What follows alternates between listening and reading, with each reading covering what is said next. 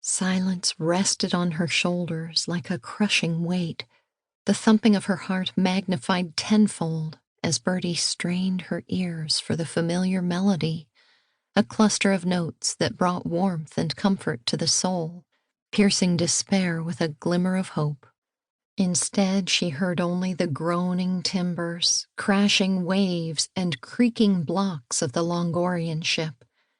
Within the hold, chains rattled and muffled coughs echoed from the bulkheads, the sounds of the sick and dying. Yet the song remained silent. A hand grazed her arm, and she started back. "It's all right," Kai grunted. "It's just me." She peered in the direction of his voice, though she knew she wouldn't be able to see his face through the gloom. A hacking cough came from somewhere to her right, punctuated by wheezing that sounded more like groaning. In the weeks since their capture, it had become a familiar sound, the herald of death. Somewhere in the hold, a captive was dying, alone, ignored, abandoned, even by his fellow prisoners.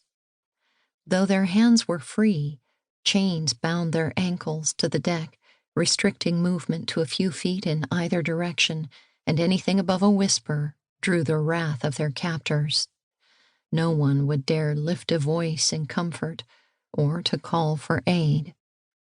She had witnessed it many times, felt it moving in herself, that hopelessness that deadens compassion. They were all made selfish in their fear. Weeks spent shackled in the hold with countless other poor souls, and she didn't even know who they were. Would they all die so in the weeks to come, forgotten? Another strangled cough, then silence. Horrible, dead silence. Her hands shook. She clutched them to her damp forehead and huddled with her elbows tucked into her body, but she couldn't stop them from shaking. Not even when the hatch flew open a few minutes later, releasing blinding light into the hold, and two pirates stumped down the ladder, carrying buckets of stale water and hard bread.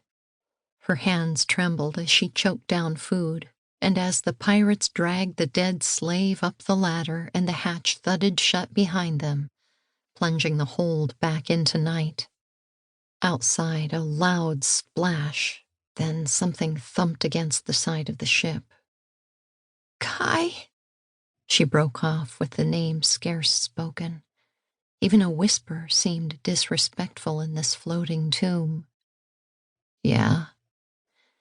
The words sounded in her head, but somehow she couldn't muster the courage to get them past her tongue. How could she tell Kai she was sorry he had been dragged into her mess, that he should never have tried to help her, that she knew it was her fault he was a prisoner? Chains clinked to her right, and his voice spoke beside her ear. "What is it?" The rehearsed speech failed her, so she blurted out the first thing that came to mind, anything to distract from the terrible silence. "Do you ever think, what would you be doing right now if you were back in the underground?"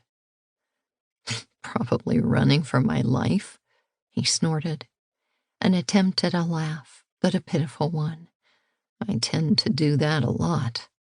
His chains clinked, indicating a shift of positions.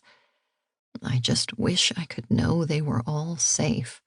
Melly, Patty, Aaliyah, even Cade. Or Amos." Birdie couldn't bring herself to say his name out loud, but the thought of the gruff peddler brought a tear to her eyes. For all she knew, Amos McElhaney was dead, lying cold and forsaken on the beach where she had left him when the pirates dragged her away.